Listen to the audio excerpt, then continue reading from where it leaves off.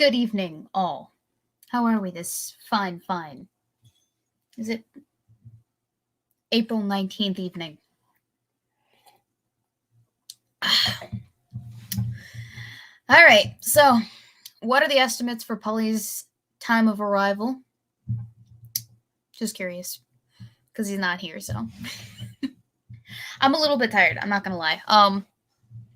I just spent quite possibly the last 3 days, 36 hours of which were specifically designated to finishing my senior project before my 4th checkpoint, which is on Wednesday. Well, not finishing, but getting it to meet all the requirements for my 4th checkpoint. Because, you see, I realize now that promising a fully functioning game with machine learning capabilities without any bugs was a little bit ambitious. Because I've never coded anything of this magnitude before, so I have no experience doing anything of the sort, and as a result, I will admit I floundered for a heckin' of a bit. I floundered. There was a solid 3 days during the semester, 3 days worth of hours, not 3 days as in like 3 days straight, but like 3 days worth of hours that I was just like, I'm stuck. I don't know where to go from here because for whatever reason, the cards would just disappear. And then it's not turned out the way that I wanted it to, but it is working out very well. The game is playable against a computer player all the way up until you run out of cards in the deal pile and you run out of cards in the deck. I'm getting to the point. The card game I'm coding is Castle, by the way. So there's like this little off to the side section of cards that you put off to the side at the beginning of the game that has like 3 random cards face down and then 3 of your own choice face up that you can choose from after you've depleted your own hand. And the game goes all the way up until you've depleted all of the hand of either player, and then a little bit further for myself, the human player, but not so much for the computer player. So I'm basically done. But I have been working myself to the bone for the last several days just to get it to this point because of my deadline. Because I promised a fully functioning game with machine learning capabilities. Little did I know that there was going to be so much extra that went into it that I wasn't aware of. Because like I said, first time I've ever taken on anything of this magnitude. But you know what? There is a benefit to adversity, and that is I'm a better coder because of it, definitely. I will have a fully functioning card game by Wednesday. And then I can tweak it the next 2 weeks and prep it for the presentation that I'm supposed to give on the game on the 8th of May. And then it'll be done. And then, hypothetically, I can transfer it to... Well, I have no idea how I would do this, but ideally, I could put it online for you guys to play as well, if you wanted me to. I could absolutely try and see about doing something like that, if that'd be something you guys are interested in. You can just see what it is that I've been working on all semester. Because I know some of you have read my thesis, my senior thesis for psychology, which is my other major, but the game itself is less accessible to everyone else because it's just on my laptop and my GitHub account. So yeah. I gotta say, I'm glad. Ooh, I almost toppled my wine. I'm glad that I had the weekend to myself because the rest of the household has gone to Wisconsin, the cabin in the woods to Wisconsin, and I decided to stay here and get all of my stuff done because I knew that I needed that time to do it, to get it out of the way, because after this, the rest of the semester is pretty much a breeze, and I have maybe a month until graduation, the virtual graduation. Yeah, I am glad that I stayed home this weekend. And I worked myself to death almost several times. It was worth it.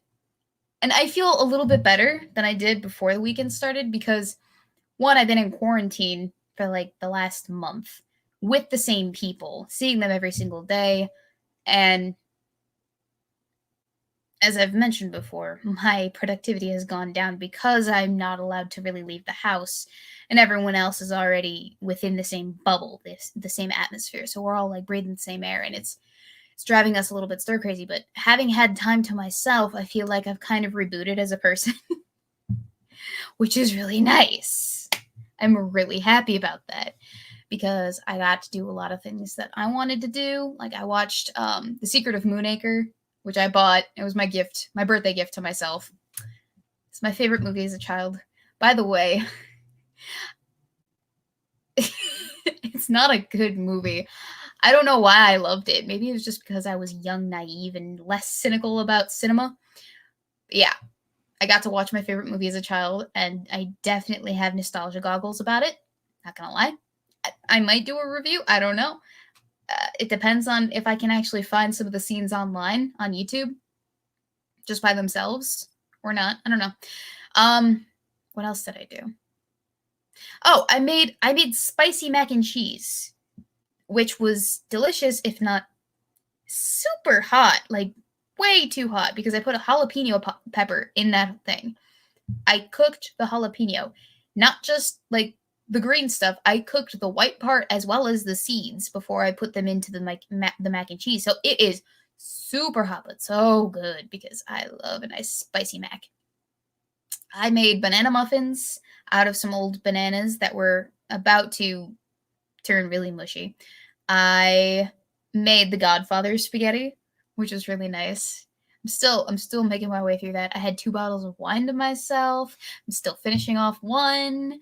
I drunkenly filmed the membership video and put that up.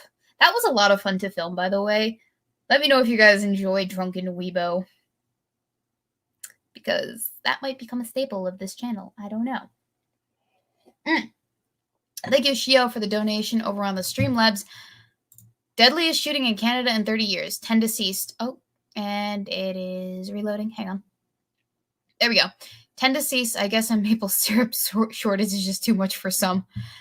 Wait, did that actually happen? Or I'm hoping it didn't, because we're all social distancing now, so it wouldn't make sense for it to happen. Hi, Polly. Hello. Can you hear me all right? Now I can. Yes. That's good. That's good. I'm just talking about my nice weekend away from all of the people that live in this household. Did you break quarantine? No. I have been in this household for the last like 4 months, but they left to go to the cabin in the woods for the weekend to get away. So I've had the house to myself, which is really nice. And we're just talking about all of the social rebooting that I've gone through as a result of it. I feel refreshed. It's a good feeling. So what's the social rebooting? What's that? So you know how during this agonizing time of social distancing, we've been told to stay in our households with the people in our households, right? And to not venture out too much, to not leave, to not really do anything except for absolutely essential work, right? Well, I've been following that. And so have the other 3 members of this household for the most part, right? Except for to go to the store, or my dad when he has to go into his office to make blueprints because, oh, he's an electrical engineer. And you need big old schematics for the buildings that he works on. So yeah, that's like the only reason anyone would leave the house. But having not been surrounded, not being interacting with the same 3 people every single day on such a close-knit, constant level has been a very refreshing feeling for me. Does that make sense? It sort of. What doesn't make sense about that? I'm curious. I'm waiting to see how this gets connected to the phrase social rebooting. So I'm one of those people that needs to be alone sometimes after I've been inundated with company for an extended period of time, just to kind of reboot myself to a point where I'm not as stressed out by the people that I'm surrounded with. Because I can be social. I can do the social thing, but that is a little bit more effort for Weebo than I enjoy just doing at a neutral pace. Like if it's just me by myself, I don't feel obligated to entertain anyone or to conversate with anyone or to be to conversate, cognizant of other people being in the household. Converse. Like, to converse. Shh, shh, shh. I think didn't we look that up? Conversate. With the furious typing. Fuck. Conversate is a real word. It is a non-standard verb that means to have a conversation. See? But it is, but it was superfluous and unnecessary in the sentence you just used. Or as you might know, superfluous. I will have a fight with you, sir. A fight. No, now back to what I was saying.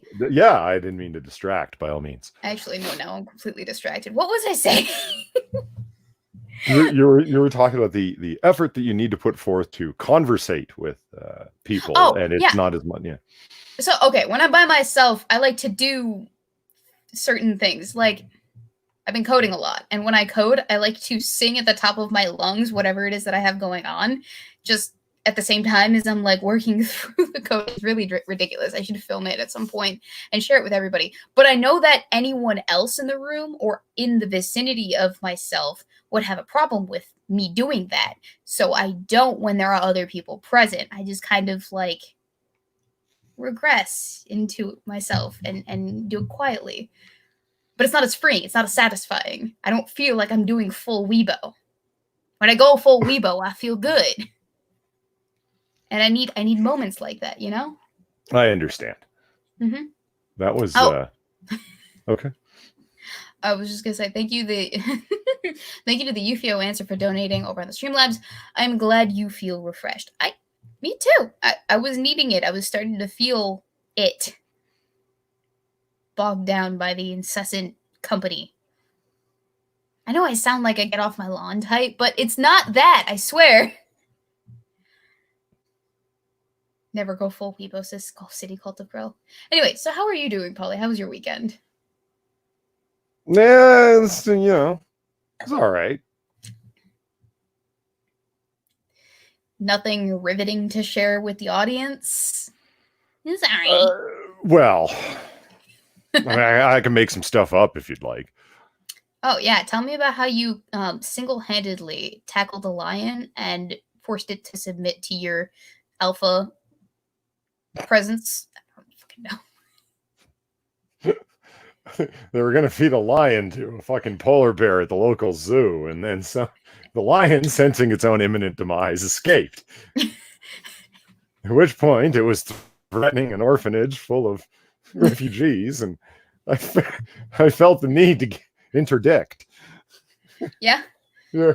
So you won then, right? Is that what I'm hearing? Well, you're telling you the story, right? That lion ain't gonna be telling no one no stories no more. Ooh. You should see the other guy. Yeah, that reminds me. How many otters have you cooked lately, Polly? As Risho in the chat. I am of the firm opinion that otters would taste absolutely terrible, and let me tell you why. Why? First of all, they're carnivores. And generally speaking, carnivores that are mammal carnivores, you don't want to eat them. They don't taste very good. You don't want to eat a carnivore? No, I'm not even fucking around. Like if you look at it, like, most of the animals that are mammals that we consume are not. Yeah. Yeah, that's exactly what I was about to say. Grass-fed. It's like, I can do better than that. Herbivores. There's the word I'm looking for. There you go. Wait, what about omnivores? Are they like somewhere in the middle? I don't know. Let's think. Let us brainstorm Storm. Do we eat any tasty omnivores? I don't know. Actually, I remember when I was on this. Apparently, dogs are omnivorous. Dogs are xenonivorous. They just eat anything. Like they'll eat things that'll fucking kill them. I mean, oh, actually, you know what? Zombie Teddy brings up an excellent point. Not true. Sharks are delicious. That is the case. I've had shark and it's not bad, and I've also had alligator and it's also not bad. Okay, it's very good, actually. Are either of those mammals? That's right. You said mammals. I'm sorry. I've had a little bit. I've had a little bit. Do you know why I said mammals? Because I've been down this path before, and I'm on the internet. That's and there's always some smart ass in the room that's got to go, well, actually, like lobsters and crabs, and none of those are herbivores. And I started thinking, well, actually, what I was thinking of is, no, the person who made the point to me, they were talking about where mammals, like bear, apparently, you can hunt bear and you can eat bear, but you don't want to. It's disgusting. As soon as it eats meat, it's going to be disgusting, is what I was led to believe. And it seems to pan out. I'm going to have to test that scientifically at some point down the road. I have a bucket list of like things that I want to consume creature-wise. Damn it, Pincalo. Chicken are not fucking mammals, for Christ's sake.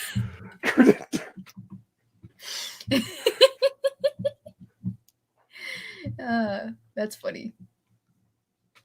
Oh, I've had goals. I've had a goal, a specific goal, and that was kind of ruined by the fact that we were sent home from university. But ever since last year, I had, and living with Balik in the same house and us having a kitchen, I was like, okay, Balik, we're gonna get something wonky-ass meat-wise from the internet, all right? I don't know what it's gonna be, but it's gonna be an exotic creature that's gonna be shipped to us in a refrigerator package or whatever, and we're gonna cook it and we're gonna see if it tastes good. And I had my eye on like maybe rattlesnake kebabs or something of that variety, because I'm intrigued and I'll try anything once food-wise, right? I highly recommend lizardous meats of any kind. Alligator, crocodile, eel, snake, they're all I'm curious. I really want to know. Yes, it's like it's a white meat, but much more like a white fish than chicken. Ooh. Kind of tough to describe. Have you ever had eel at all?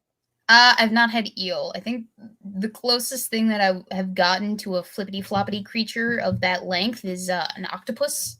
But that was not good. Kingdom, phylum, class, order, flippity floppity, family, genus, species. Yeah. yeah, that's science, Polly. I'm not a biologist. I don't have to know this shit. I didn't say you did. That was great. Mm-hmm.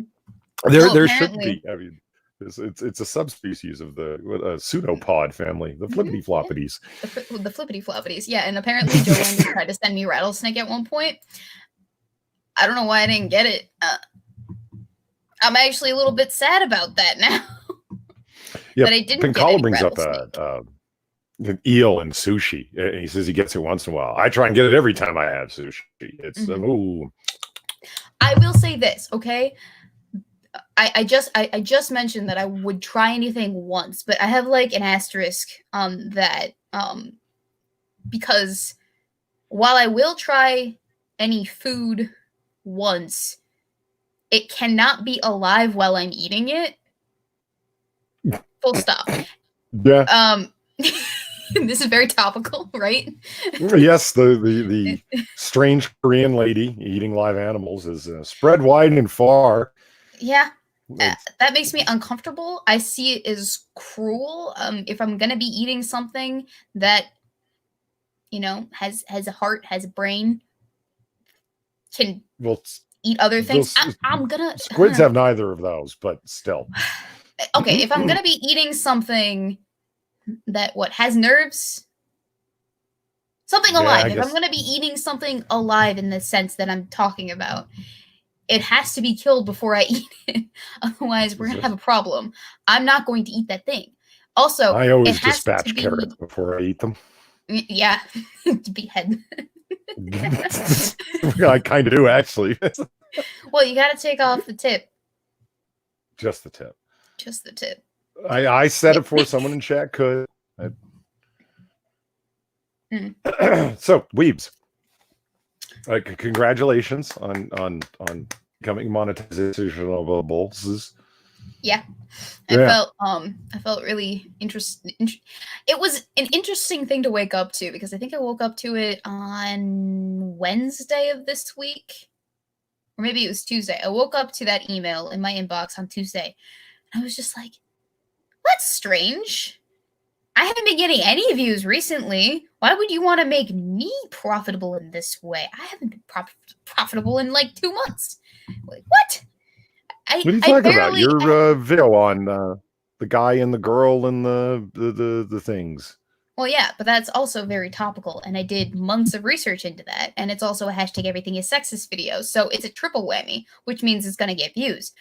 I do something like the Catwoman review, not going to get views. I do something like a Weebo hot takes, not going to get as many views because it's not as popular a thing that I do on the channel. Another Streamlabs from Evolved Potato, thank you. All of Polly's examples are land mammals. Otters are sea mammals, like dolphins and whales, and people say those are delicious. Is there a difference between the two of those, Polly? Like land mammals versus not land mammals? Ish. Well, I mean, just to be clear, this is what I was told. I'm trying to think if there's a tasty mammal that... Okay, well, there's between... See, I don't know. Otters aren't exactly sea creatures. I mean, yeah, there's sea otters versus river otters. And river otters are best otters. Let's be very clear about that. All of my avatars are river otters because they're best otters. Yeah. Yeah, they can go in the water, but so can we. It doesn't exactly make us a sea creature. I don't know. Would that make a difference? I'm just thinking it over while I'm talking about it. I don't know. Don't eat otters. There's a short version of the story. Otters. I mean, what do you want? An otter pelt coat? What are you gonna? I mean, seriously, how much meat do you think there is on an otter? I mean, what's the point? I don't know. I mean, like, how much meat do you think there is on a chicken? Apparently, there's enough to have like 2 whole breasts. Well, yeah, that's why you fatten them up with grain, and it's important to remember chickens are stupid. Have you ever like held a chicken? No. Oh, they're slippery little buggers. I went to a farm once when I was a kid in elementary school, I think, and we had the opportunity to basically play farm. In a number of ways. One of those ways was to chase chickens and pick them up, and I was all for it. As you can probably tell, it was an opportunity to go full Weebo, and I took it in stride because why wouldn't you want to go chasing chickens, especially if you are a child and you have a boundless amount of energy? So I did. And the best way to do it is to grab them around, like, basically, okay, so pretend you're groping a woman's breasts. That's basically how you grab a chicken. Because then, like, with they're a going to run caress? Forward.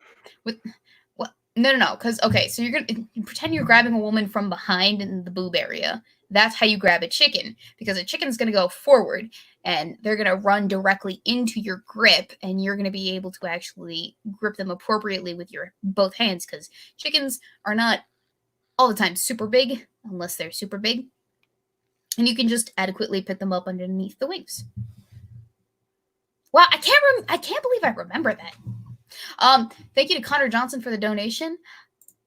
The other night I watched this beautiful French period drama from last year called Portrait of a Lady on Fire. It's one of 2019's best films for sure. Ooh. Beautiful French period drama. Was it in French? Because I have like this thing against watching movies with subtitles. You do? Well, watching movies in a foreign language with subtitles, I'm not the super biggest fan of it. But yeah, it's one of the ones anyway. Thank you, next 6 minutes for the donation. Nobody eat Polly. I will end you. Polly's off limits, you scallywags. Let Polly be otter and uneaten, you heathens. Let Polly reach his goal of a sweet potato. Not an actual sweet potato, but a potato that has the quality of being sweetly powerful. Potato. Thank you, Six. I think Six is in the wrong line of work. I think that was beautiful poetry, and I think that he should be a poet instead of an artist now. I think that we shouldn't skate beyond the fact that Weebo described grabbing a woman's breasts in really rapey terms. You come up from behind because they are going to run away from you. No, and you have I your was talking hands... about a chicken. I heard, but you know what? We're not going to move beyond this. Talking about picking up a chicken, and the analogy of groping a woman from behind was the best example that I could come up with. Because when you try and grope a woman from behind, she will run away from you and thus run into your hands. No, when you grope a chicken from when you grope a chicken from behind, they're gonna run forward.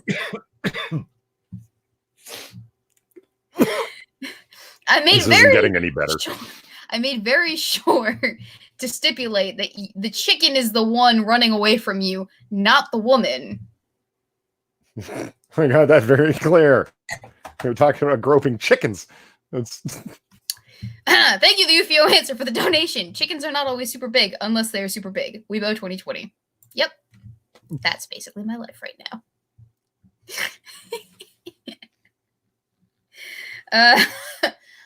I'm sorry. We were talking about Weebo monetization. Yeah, okay, so apparently I'm not super special in that respect, the membership thing. Apparently YouTube's been opening that up to a whole bunch of people because they are hurting for months. I was thinking about that part of it. It's like, did they go over to the people that they had passed over too easily and reconsider some of their... It's like, wait a minute, why didn't we monetize this person? Yeah. So your channel was already monetized, and this allows you to have the joins? Memberships. Yeah. So I was already monetized for the most part, except for a few cases wherein, maybe there were some copyright issues, which there aren't a lot of, or the yellow circle of death thing, the yellow $ of death, which again, not as many of either as a lot of people do. I do get monetized, but this allows me to have the whole membership option in addition to that, which I took to mean, oh, YouTube likes me now. Like, they like me a little bit more now. Like, maybe they're going to actually shell out my shit a little bit more now. Maybe I'll get a little bit higher billing. I don't know. You know what? That is an interesting point I hadn't considered. If you are an unmonetized channel versus monetized, the rumor floats around that if you're a monetized channel, you're higher in the algorithmic sort, and that it makes good sense. That's a very reasonable conjecture. One would think if you also had channel memberships, you would be higher too. I hadn't thought of that. Yeah, I could see it. Yeah, that was the conclusion I drew. So I wasted no time in getting that all hunky-dory down. And one of the requirements that they had in turning on the membership option, because they don't just give it to you like, oh, you have this. No, you have to come up with a tier system. It has to be approved. You have to select emojis and badges for members. You have to and you'll actually see some of the members actually with their badges. I know Jolander and I know Lion Patriot, they are sporting their badges nice and proudly. But in addition to that, you can use emojis, and I just put one for now because I'm waiting to bother Far for some lovely little animate things that I can just include in there. Hopefully that won't take very long. I'm about to get a YouTube payout in like 2 days, so I'll be able to splurge a little bit. And that's also why the Catwoman review is a little bit late, because I'm waiting on some of those avatar things. I haven't asked her yet. I haven't given her a list of what I need. I've been working on codes, but that's also old news.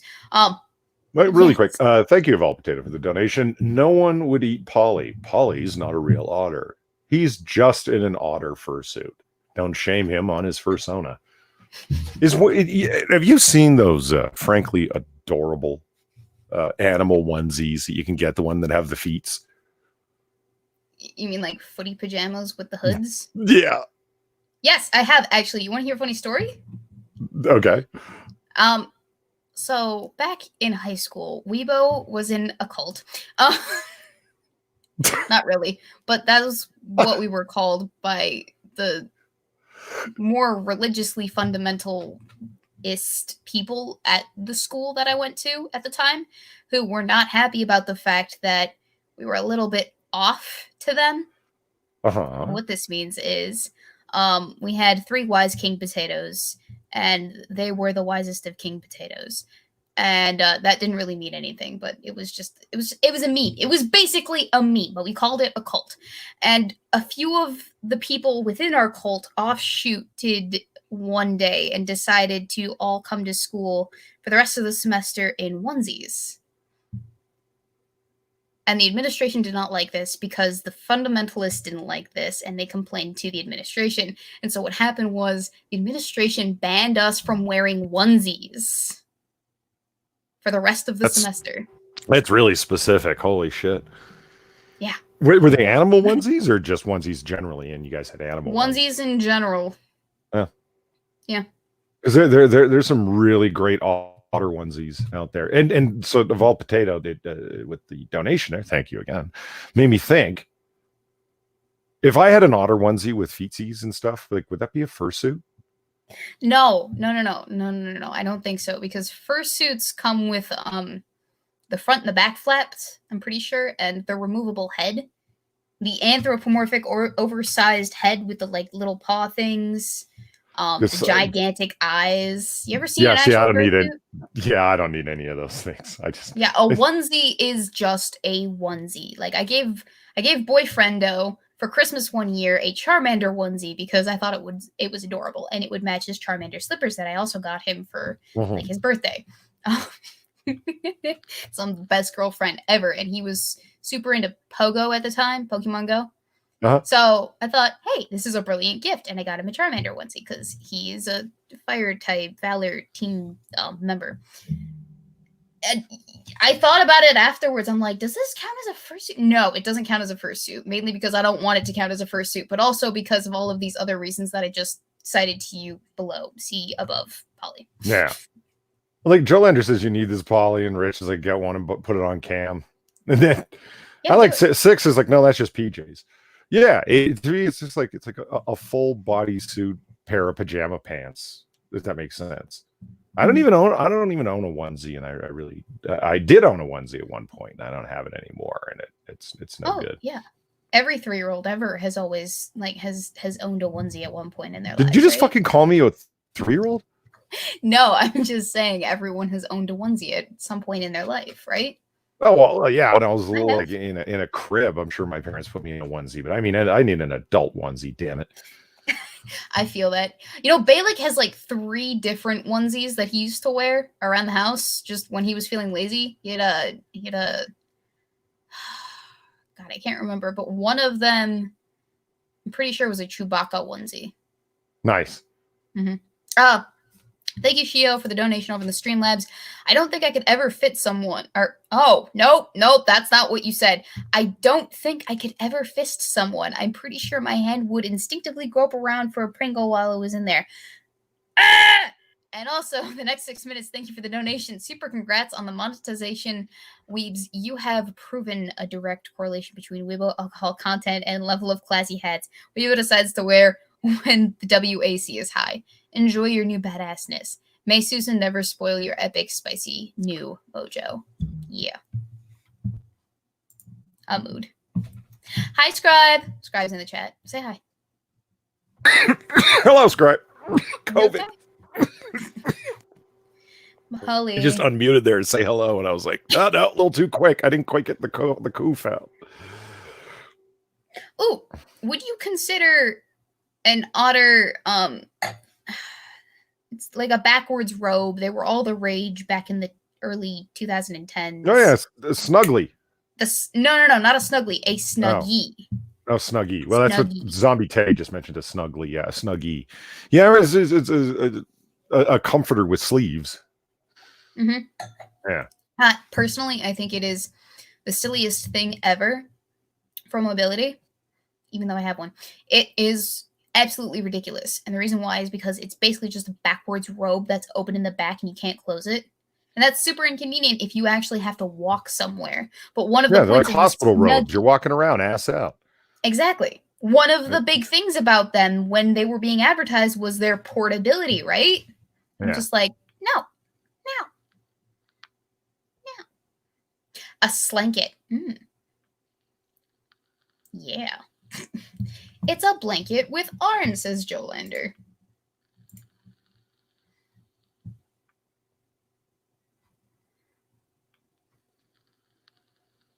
I can hear you subtly just vaping in the background. I'm not, though. That's just it. What? No, I can hear it. I swear to God, I hear it. I heard That's it. called gaslighting, chat. Did you see that? Did you see that reaction? Thank you, Matic, for the $10. Very generous. And Matic had nothing to say. That always leaves me at a loss when people they will donate. They're being very generous. Appreciate the support, and you don't even have a little something to read that they typed in. Matic, you're awesome. I appreciate our viewership. They're so nice. Yeah, I know. I know that Lords of the Night have this, like, we have the best audience in the world thing going on, but I truly think that we actually have the best audience. I love you just did the air quotes because they're really not. We are actually. Just those who watch Lords of the Night and come over here and combine with those who don't end up making the best audience. I don't know if you knew that. Exactly. See, we are best by, I don't know how you would phrase this, but we are just the best. We're the best. Did you see this tweet that Jay Reynolds clipped from last night's Monkey in the Morning? No. So Brian Stelter, one of the pallbearers of the field of journalism. Do you know who Brian Stelter is at all? No? Yes? Possibly? I should pay more attention to people, shouldn't I? He's a bald eunuch that masquerades as a journalist over at CNN. Spider from Game of Thrones?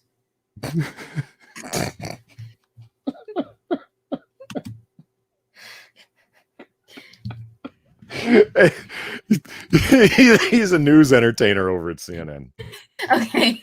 And I think he quite ironically hosts a show called Reliable Sources of all things.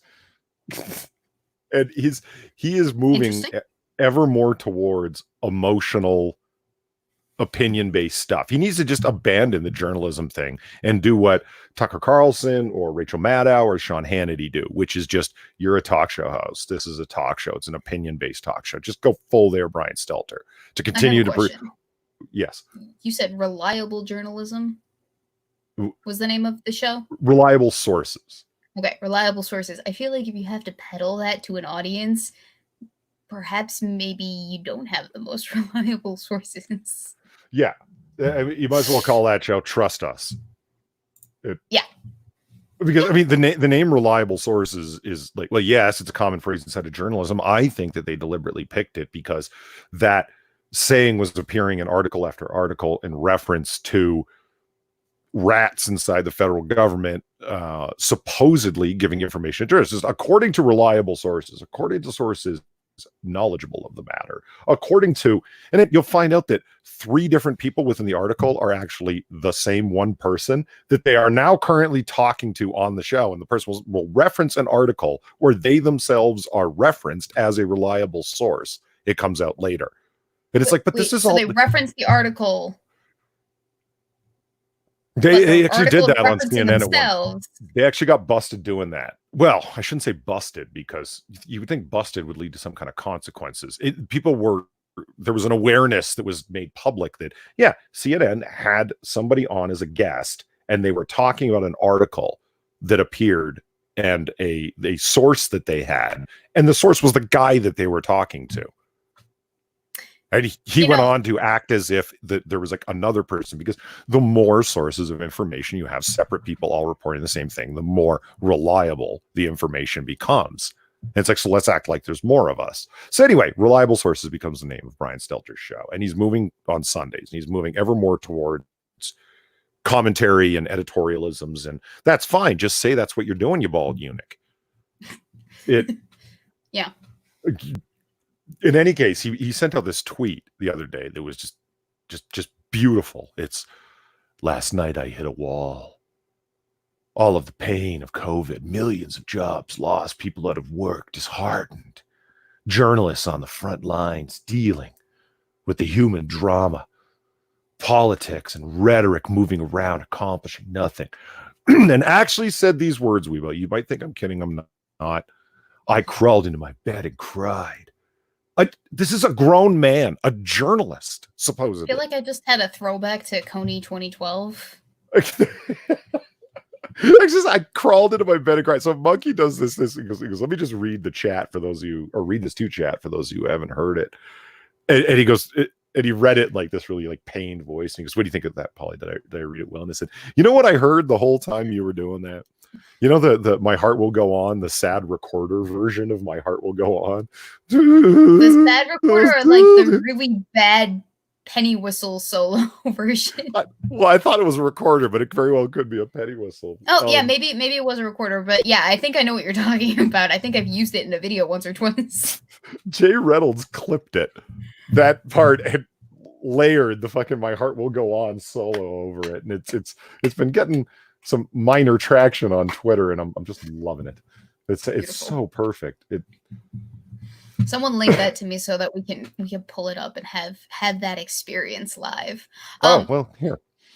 Yeah, link it to me. Thank you to Evolved Potato for the donation over on the Streamlabs. I have posted photo evidence of Polly in his fursuit on the hashtag Noirbar and added you, Weebs. Ooh. This is probably not going to make me look very good, I'm willing to bet. Nice. Oh no. Oh no. We gotta show that one in the show. Do we? We do. Application window. There you go. Well, okay, that is what I think of when I think of a fursuit, like a full-on Disneyland or Knott's Berry Farm get up, you know? Like I said, oversized everything. Like something you would see at the Mickey Mouse at not the Mickey Mouse Clubhouse. Something that you would see. Lion Patriot, thank you for the donation, $5. Very nice. What are some common themes you have in your dreams? One of mine is flooding water. That's a good question, actually. If you go with standard dream interpretation, all of my dreams are anxiety dreams. Driving on a very exceptionally narrow road and about to slip off the edge of it. Looking for something and not being able to find it, like going from room to room and not being able to find it. That sort of thing. I would say all of my dreams, but like you said, that's a common theme amongst them. Weebo, how about you? Sorry, I got distracted by Justin Trudeau. Someone tweeted at me. Apparently, there was a shooting in Nova Scotia. Yes, there was. Yeah, last night, a guy dressed up like a Canadian federal police officer and had 2 cars mocked up like law enforcement vehicles extremely well and shot 13 people, I believe the body count is at now. Like, why would somebody dress up like a Fed? To gain trust? Yeah, but again, why? Like, and a denturist? Was he just absolutely sick of working with toothless people and just snapped? Like, I mean, if you cracking jokes so early, it's so baffling. I don't know, but I did not know that this was a thing. To be fair, though, I have been coding all day. Excuse me. Thank you to Lion Patriot, who just donated to say, what do you think the first dad joke was? And we'll get to that question in a hot second. But, Polly, what was the question from Lion Patriot on your side? Yeah, just for Pinkala's in chat. I found out about it because Pinkala was streaming early this morning, late last night. Depends on how you look at it. I hadn't been asleep yet, so it was late last night. Oh, about the shooting? Yeah, and he was trying to make sense of all of the stories. And Pinkala says, Polly, remember, 2 of the victims were his ex and her boyfriend. I didn't know that. I didn't hear that part of it. I'd fallen asleep midstream. No, that's crazy. I didn't know that. So it's like, the guy just, but again, the uniform in the cars, and then he torches both of his mock-up vehicles. He's causing a scene. I don't know. Yeah. Some people just be cray-cray like that. Huh. Anyway. What was the question from Lion that he asked you? Yes, he has a common theme in his dreams of flooding water, and he asked me if I had any common themes in mind. If there's any common theme, it would be that the classic anxiety interpretations, not being able to find something when you're looking for it, walking along a narrow ledge, that sort of thing. Gotcha. All right, and you asked me about mine, and I don't know, common theme. I picture you dreaming about like gumdrops and it raining cotton candy and lands of chocolate and singing songs with Disney characters. I picture you having very wow, wonderful, joy-filled dreams. It's a toss-up. Sometimes they're really, really interesting gummy bear focused Disney princess dreams. Sure, I'll get those. But the ones that the ones that really stand out to me are the ones with an element of realism to them. Like there's shit that could happen IRL, but it didn't happen. Or sometimes you even get ones that haven't happened yet. That always freaks me out because I'll forget about those ones and then I'll realize that I had a dream about what is going on like several months after I had the dream.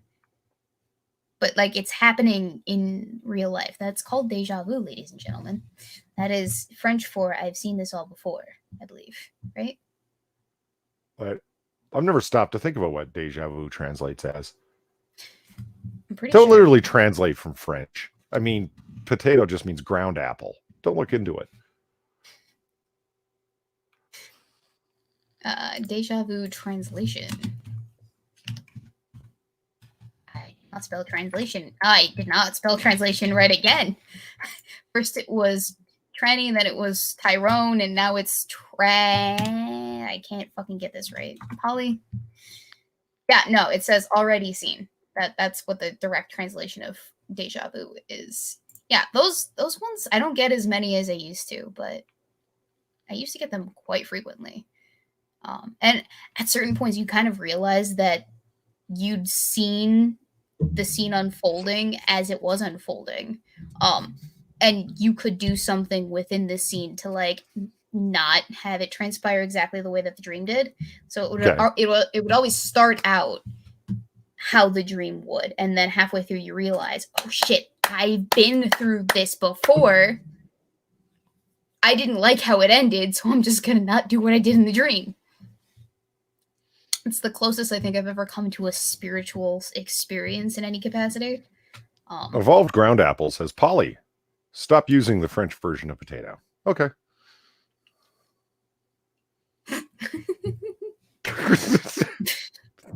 Weebs did some quick calculations and figured out what the fuck was going on there. And then the other thing. Hi, hey, Eve. Jacob. Yes, Eve, that is exactly what you are. You're not transgender. You are translation. I'm having so many troubles with my English. I was watching a stream last night, and it was, Short Fat Otaku, Dumping with Scrump, Devin Scrump. Yeah. Okay. Oh, I love that show.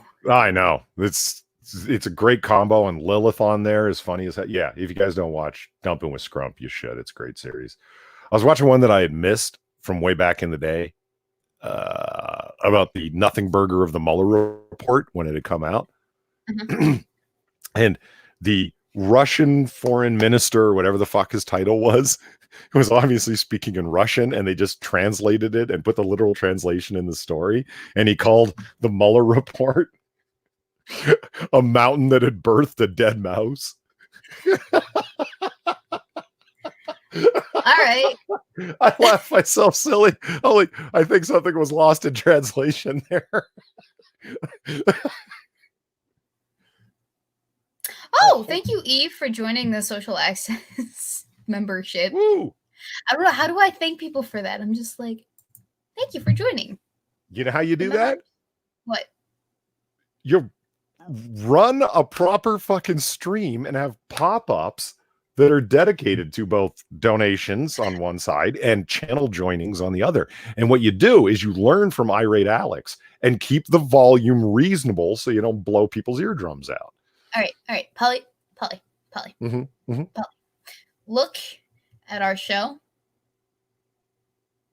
and how low maintenance it is. Low maintenance. And the number of viewers. Weebo's all the high maintenance we need here. I mean, shit. Exactly. You don't need much more high maintenance than moi, yours truly. All right? This is good enough. All right? I put my face on today and everything. I didn't have to do that. I put my hair up. It was not up before. I even plucked my mustache. You're welcome. Wow. I also plucked my mustache and put my hair up. Yeah, did you? No. I left my mustache right where it is, and my hair is kind of always up because I don't know, it's not long enough to be down. I lied. I didn't actually pluck my mustache. I just waxed it. That's worse.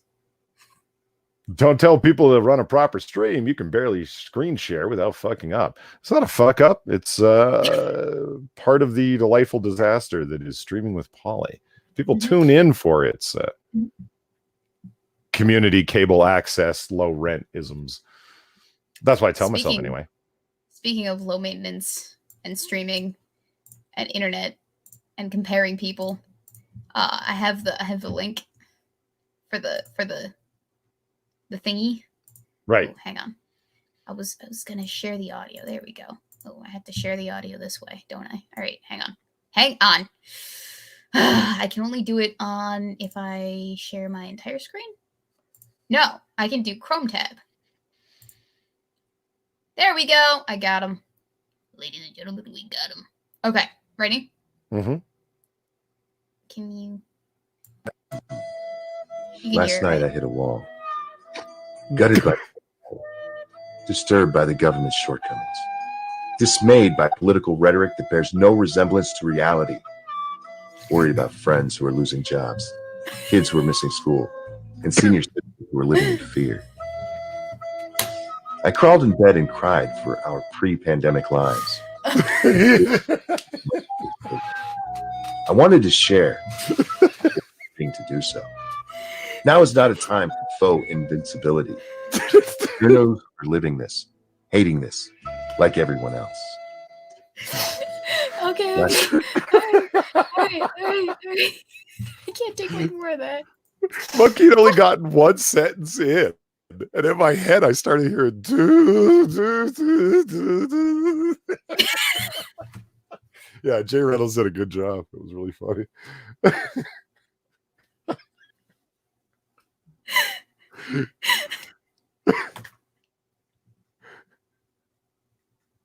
I mean, Brian Stelter should have that fucking song tweeted at him again and again and again. It's like every time he starts talking, that's all I'm going to hear now. It's the Stelter theme. I fucking can't. I fucking cannot. Oh, fuck. My cheeks. Oh. It was brilliant. It was beautiful. It was everything I needed. Everything. Ooh, thank you, Ryan Walters, for joining our membership party. And welcome. Nice. I can get used to this. This is interesting. Ooh. Spicy. Having elite memberships. Well, okay, so I mentioned it in the Patreon / membership video, but like the Patreon and the memberships, they coincide up until the 3rd tier. For whatever reason, YouTube will only let you have minimum 3 tiers. So I had to come up with one. But the thing is, they limit the pricing that you can do. So your pricing options are not like free for all like on Patreon. You have to price them at specific intervals.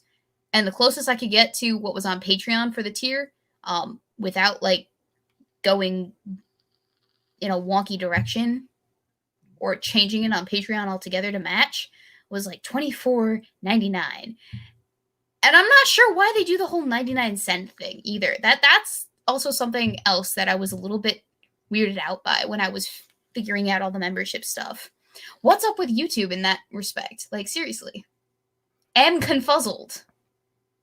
You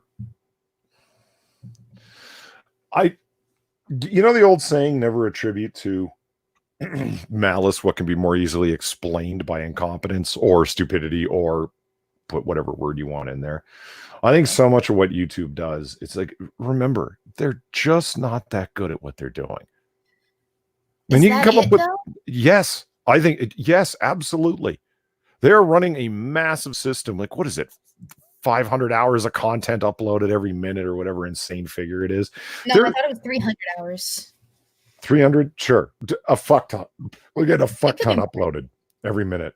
And the majority of it probably doesn't meet TOS.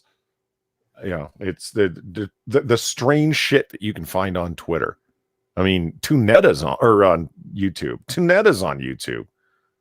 I mean, there's people that have channels dedicated to just finding the weird shit that's out there. Looking at you, Deadwing. Rock on. Do you watch Deadwing Dork? No. Deadwing Dork's hilarious. I'll have to take your word for it because I don't know who this is. He's a streamer that finds the weird things that go online, and has a good time laughing at them. He's got a good level sense of humor. I see. Think of him like internet story, whatever, internet historian. Along the lines of internet historian, but he's much more into live streams than he is edited videos because he hates premiering by his own words. And it's like, yeah. Think of he's a lot like Medicare. Just hasn't been around doing it as long and hasn't turned as crazy because of it. I think Medicare's just been doing it too long, and he's after decades of saying nobody should be making money off of this, I'm sick of not making money off of this. So he streams for the sake of making money at this point, and it shows. James Cully says this about the unrounded dollar amount. By not having a rounded dollar amount, it's able to screw the creators with half cents. Is that a thing? Oh, and also, welcome, Harvok. Fuck. I'm sorry. That's a bad way to introduce someone to the membership. Like, get your name wrong on stream, live, for all to see. I apologize. But I'm probably embarrassing myself more than I'm embarrassing anyone else, aren't I? Right? Yeah. Richo asked, when are you going to get a jingle like Cheers for the start of Noir Bar?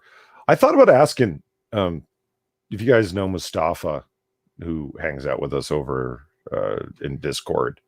Very talented musically. He did a theme for Eve, and it's really good. And I've listened to some of his stuff, and I was talking about some like jazzy blues stuff. And he sent me a clip of something he put together real fast, and it sounded really good. And then I've been thinking, like, I should ask him, like, you know, figure out a certain dollar amount to come up with a bluesy fun time theme. It doesn't even need to be particularly memorable, like you know, the A-Team theme or Captain America's theme by Alan Silvestri, or it doesn't even need to be like that. Just a little something to play while the intro sequence is going to Noir Bar. But the reason why that hasn't happened is the same reason it hasn't happened that Evil One asked about the merch shop and the staff shirts that I wanted to make.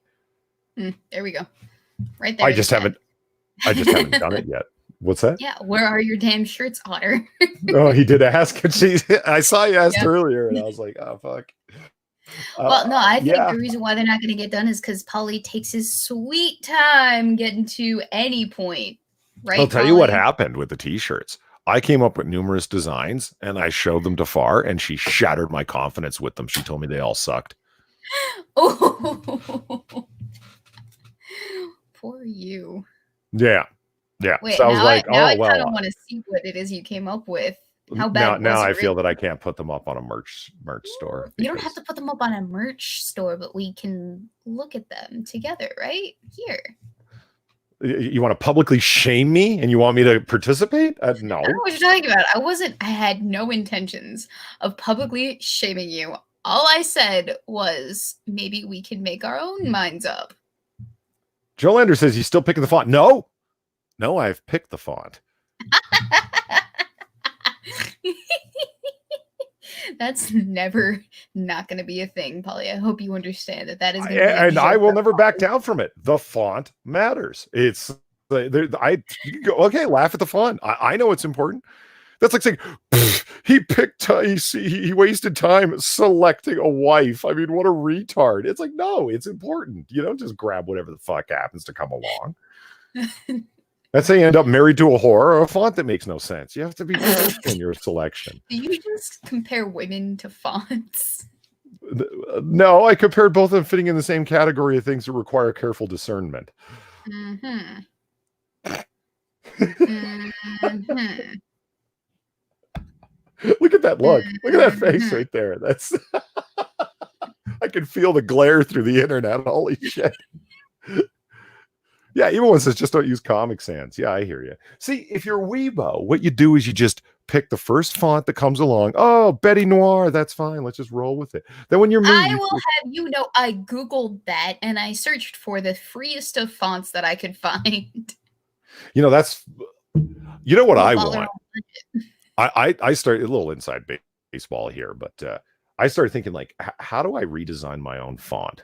Like if it's there's two types of font files that are generally used, and one of them is like a proprietary one with all the metadata, the people who own it, et cetera, et cetera.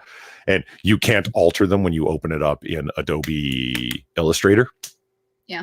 That's the part of the proprietary locking it process.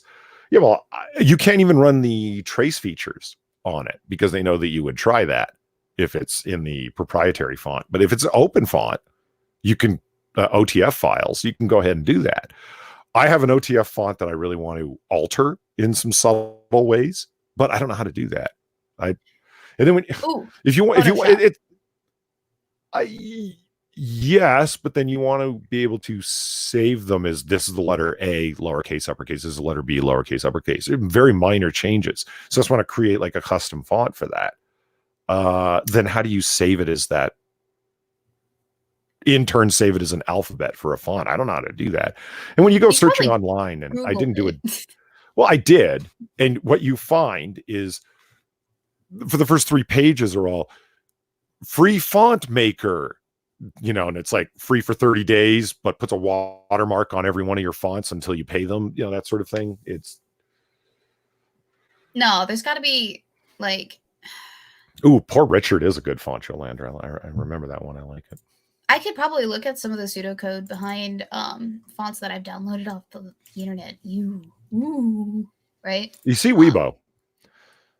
A gentleman by the name of Benjamin Franklin, a legendary inventor, writer, printer, philanderer. Yes. Man whore. Yes. Patriot. Familiar. Oh, okay. Thought maybe I hadn't heard of him. No, he put we tight you. He published a almanac called Poor Richard's Almanac, and it's that font Poor Richard is based upon the typeface that they used for it, which is I'm really into the Revolutionary War, so I thought that was really cool that somebody had done that, and it's a cool looking font. Excuse me. All right, so I Gilcotto says Linux, Polly. Learn to Linux. You know, Gilcotto. Learn Linux. I'd tell you to go fuck yourself if you weren't right. True. All right. So the file we're not all computer nerds, damn it. I am. Hang on. I might be able to solve this problem for you just like right now. True type font file. Format. Gilcotto sucks, and you want to know why? Why? Because he moved from Australia to where he's at now on the Pacific Rim, and he's constantly sending me pictures of all the delicious food that he has access to that I don't. I'm like, God damn it, man. I get a constant stream of food porn from that guy. And I'm not exactly complaining. I'm just more jealous than anything. An introduction to true type fonts, a look inside TTF format. All right. So I don't know about you, but whenever it is that I illegally download not illegally because they're all free, but that's just a preamble, I guess, that I use now. Anywho, so whenever I download fonts off the internet, they're usually in true type format, and so I just sent you a link to about what that is. Okay, and maybe that might give you an idea of what you need to do. Chaos Steve says, "Don't worry, Polly. He sends me pictures of his computer, bragging about it. Yeah, I've got." The guy knows how to set himself up. Here's my wonderful computer station. Here's the great food I'm eating that you're not. Mwahaha. Mood. Polly, are you familiar with the phenomenon of people taking pictures of their food and then posting it to the internet or showing it off to other people in some way or whatever? Say that again? People, I didn't quite catch up. My headphones cut out. So you know when people take pictures of their food because it looks aesthetically pleasing before they actually dig into it and then they post it to the internet? Yeah.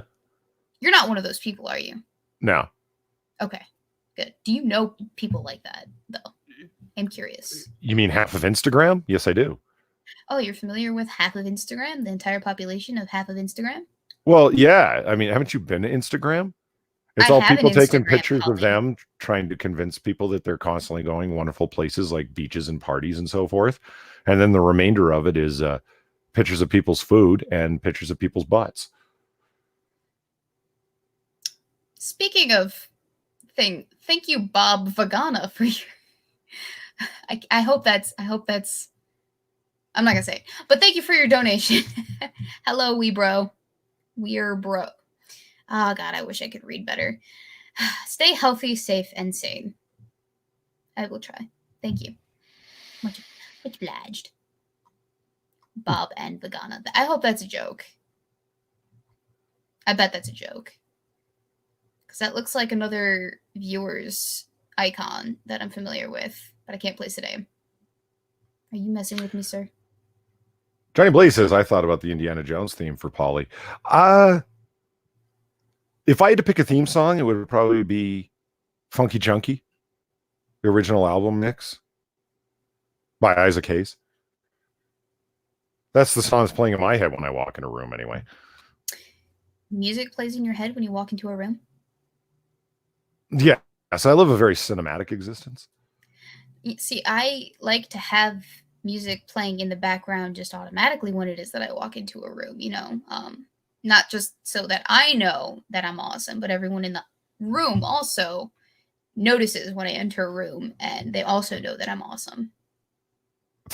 I know girls that pay live bands to follow them around. Okay, you haven't Seriously? gone so retarded. No, that's a reference to an old film. A scribe's still here. He'll remember. I'm gonna get you, sucker. The badass protagonist of the movie.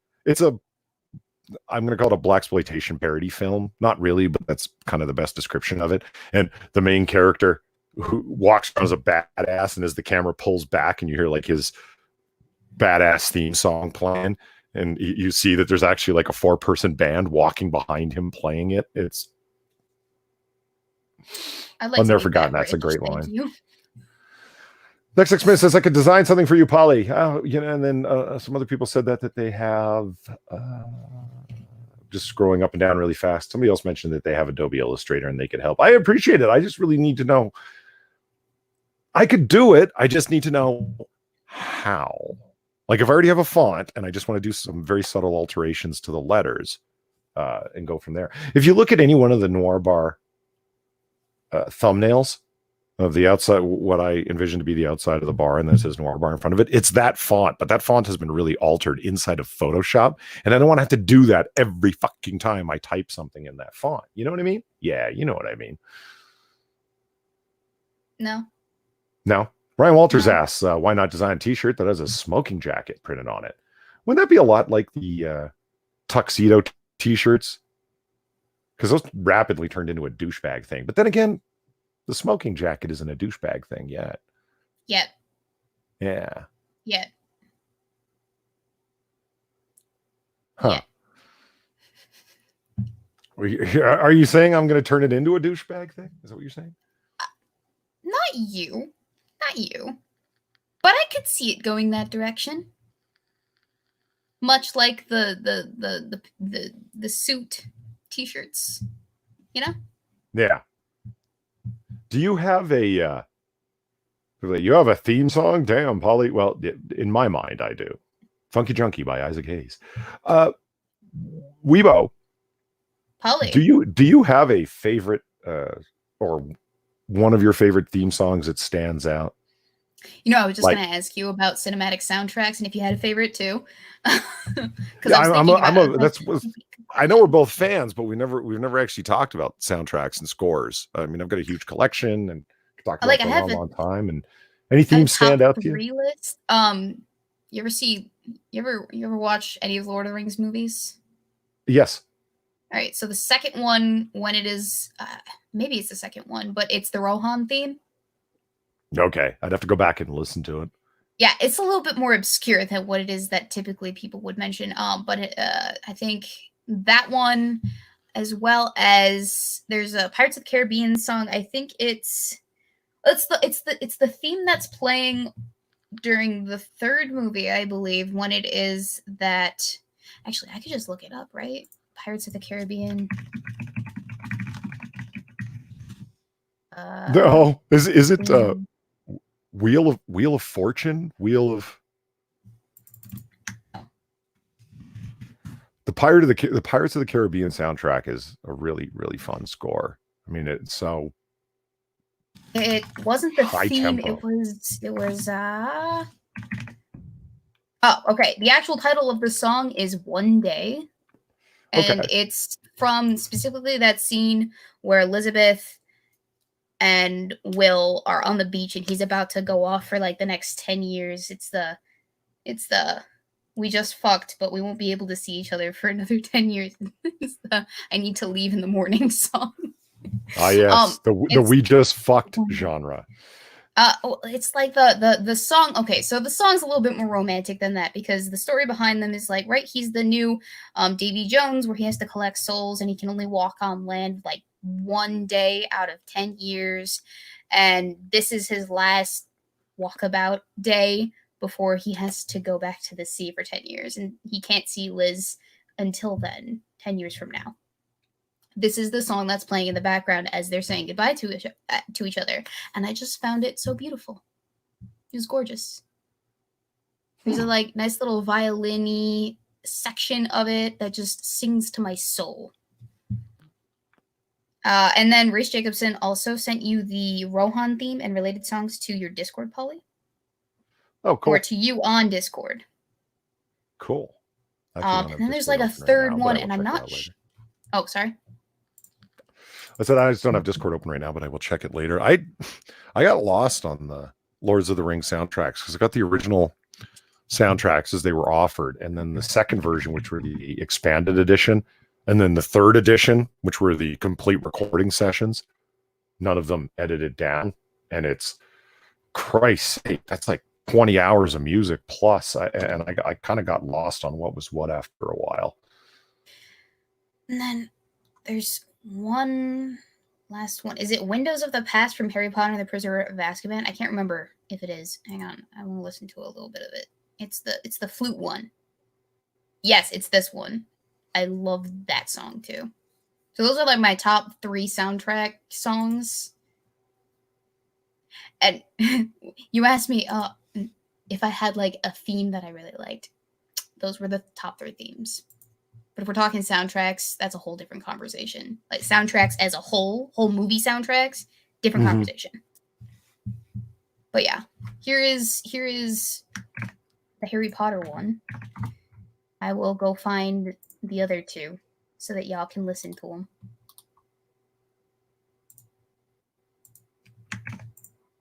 As far as movie cinematic soundtracks go, I think that they are the greatest thing ever.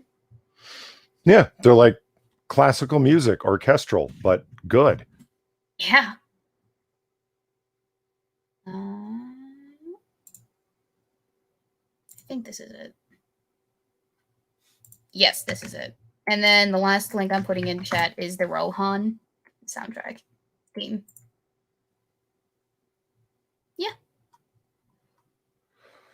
I think there's a common theme with what it is that I like music-wise, and it's definitely, it has to have a little bit more orchestralness to it, like a full orchestralness to it.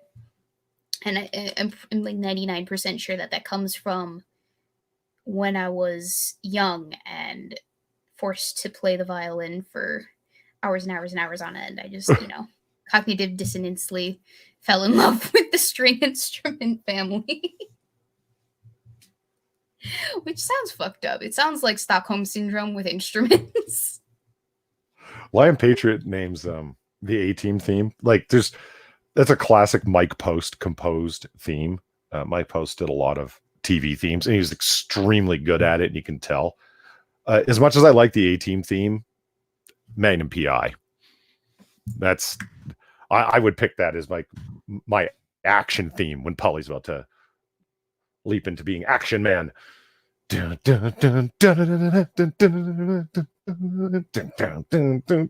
yeah. I want to start sliding across like car hoods and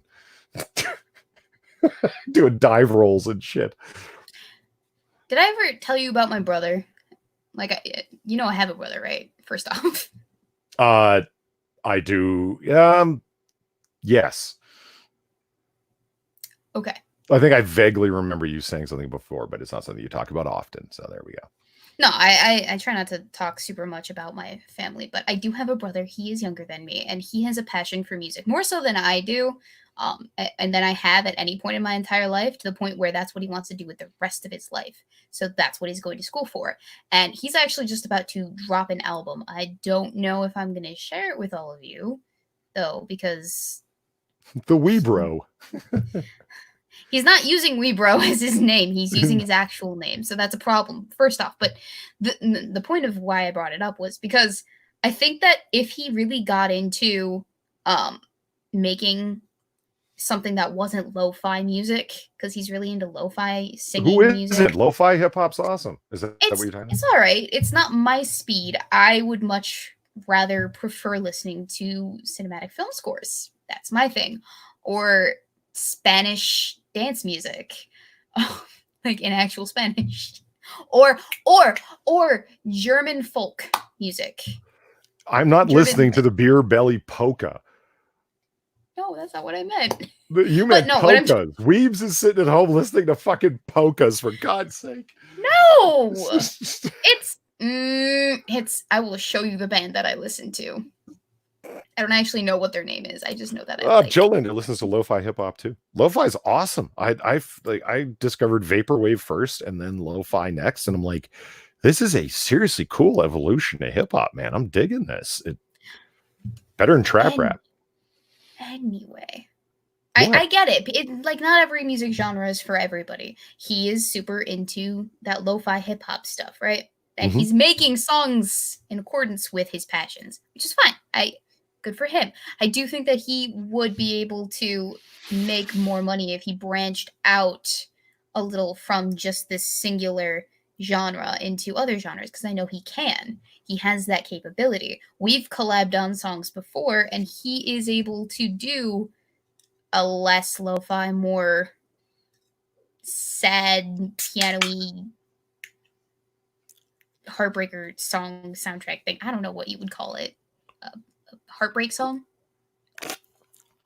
Music to serenade with, I guess.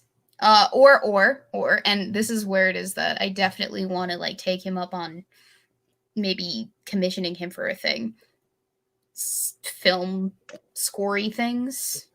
You know, something that could be put into a TV show or whatnot. Like, I'm not making sense, am I? It's not a film score, but it's like a track for a TV show. There we go. That's what I was trying to get at. People do this all the time, and I've seen a whole bunch of this stuff on YouTube and on Pandora when it is that I just have it on a random channel and shuffle it through music. And I think that he could totally do it, and I think he could make a fuck ton of money doing it too. More so that he's actually doing right now, just working at a music store. But no, he's just obsessed with lo-fi and releasing his first album, which is fine. I'll bug him about it later when I need a theme for myself. Did you ever listen to the Tron Legacy soundtrack? Yes, but it's not sticking out in my head at the moment. Jacob Jets has video game music for the win. I don't know. Yeah. People, like, there are some really good video game scores that I have. I have a number of them, but people will play something that's like, oh, here's this clip from I don't know, Zelda Death of the Wind or whatever. Breath of the Wild. All right. Yeah, there we go. Close. Okay. You got it. And every one of them sounds the same. It's just some airy, light. And then there's like Call of Duty Modern Warfare. And it's like, okay, well, this is more along the lines of what I'm into. If I had to pick somebody, if you had to pick somebody rather that's your favorite film score composer, does any name keep coming up again and again? Is like, holy shit, this guy rarely fails, or this woman rarely fails. Anything? Oh, anyone? As in like fails? I don't have. No, any... never fails. Never fails. Okay, yeah. Sorry, heard that wrong. It's gonna sound super cliche. John Williams or Hans Zimmer are pretty standard, top of the line. Can't go wrong. Names, I think. I could be wrong. When you look into Hans Zimmer, like, I mean, he's one of the most well-known names out there. It's like, if he was actually producing his own compositions, I would be more impressed, but like, he stopped producing his own compositions a long time ago after founding Remote Control Productions, where the studio that he does all of his stuff through, that's his company, and he hires so many people on there and they're ghostwriting for him. He's just writing themes, and then the majority of the compositions are being done by other people. A great one. I think just once you get to his level, you don't really have to do your own work. It's like the majority of people that release to that point. It's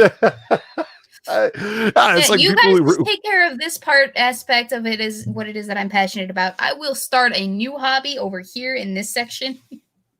Yeah, I mean, an interesting thing is like the Tron Legacy soundtrack is a good example of that. When you open the liner notes and really take a look, and then go online and look at the expanded liner notes, it says Daft Punk right on the front. That was a sales tactic.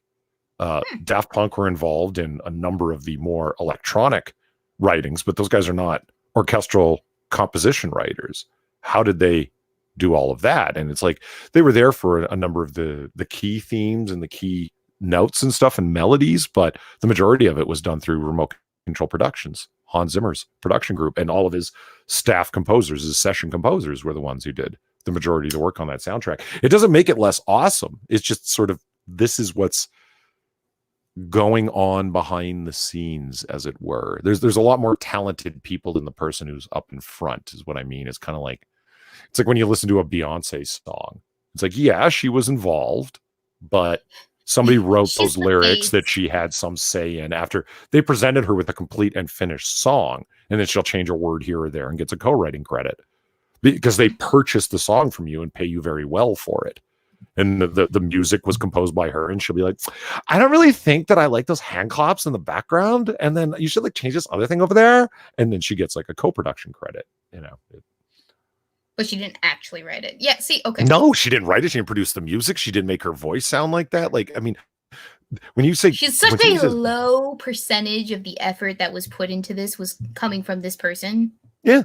Like when somebody says, I like Beyonce, what they mean is you like the 70 or 80 people that go into making Beyonce. Beyonce's like an umbrella term to describe her makeup artist, her 5 wardrobe people, her personal manager, her producers, her songwriters, like it's a fuck ton of talented people that go into making her what she is. They don't like Beyonce the person, they like Beyonce the brand. Yeah.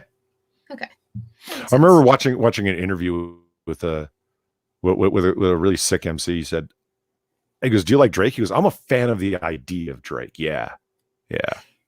And he goes, what the hell Hobson is his name? Is what does that mean? Because like the guy doesn't write his own lyrics and he doesn't produce his own beats, but I like the music that comes out of it. So I like the brand, just like you said, of Drake. I like the idea of Drake, but I can't say I like him because I know what's involved in writing your own lyrics. I know the process it's involved in producing your own beats, and it's a hell of a lot of work. And I know that it ends up different when you're doing a song with somebody and they're writing half the lyrics. You feel it, you know it. It feels different. It sounds different than if you did it on your own. Mm-hmm. And when you haven't done anything except show up and read what was on the page into a mic, you're really just a performer more than you are an artist at that point. And I'm like, He wasn't criticizing. He was still saying, I like it. I buy all the albums. I listen to them. But I can't say that it's this guy. It's not. Blew my mind. I never thought about it like that specifically, but it makes a hell of a lot more sense than how I previously saw the creative outlet of famous people. Oh, Eve likes Hobson. I didn't know that. Hobson, yeah, he is awesome. I saw him live. He's fucking really sick stage presence, man. The guy's got charisma for days. The number one nowhere says pop music is a formula applied to a pretty face. Yeah, in a lot of ways it is. Yeah. Definitely. I'm not a super big fan of pop music, although I do listen to it when I work out. Because it's good to work out to, I think. You know what I listen to when I not work out, but when I run or go for a walk or whatever, whenever I need anything high energy. What? Inside of scores, they're called flight themes, flight music. Whenever somebody's running towards something or away from something, they're in the middle of a flight. Oh, okay. So right. So it's a chase music. Okay. See, if you had said that, yeah, I would have immediately gotten it. Best chase themes ever. This is my opinion, of course, are from the Jason Bourne series. All 3 films produced, composed by the same guy. It's, yeah, those chase themes are unbelievable. Berlin Foot Chase is a good one to look up. All right, now gotta look this up. I mean, it's tough to sit still when you're listening to that. Talk about a musical cue to make you feel like you need to get up and run. Right now, I can't think of anything except for like the Mission Impossible theme right now when you say chase, and I'm just like, Mission Impossible. You know, the I can't, like, I don't know how to, like, to hum it, but you know what I'm talking about. The Mission Impossible theme? Or just the very specific Mission Impossible theme that I'm thinking about. James Colley says, wow, wonder how you have anxiety in your dreams. Well, yeah. Yeah.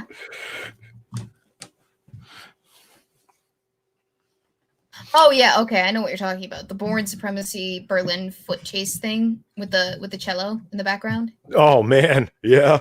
Whew. Dude, there's something about the cello. You can do so much with a cello.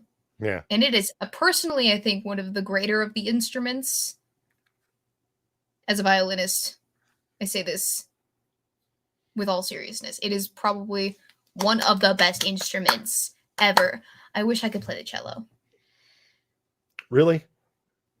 I love the sound of a cello. I wouldn't want to play one though. That would be like committing yourself to the tuba. It would be like, oh man, you've really taken on a lot there. Have you ever picked up a string instrument?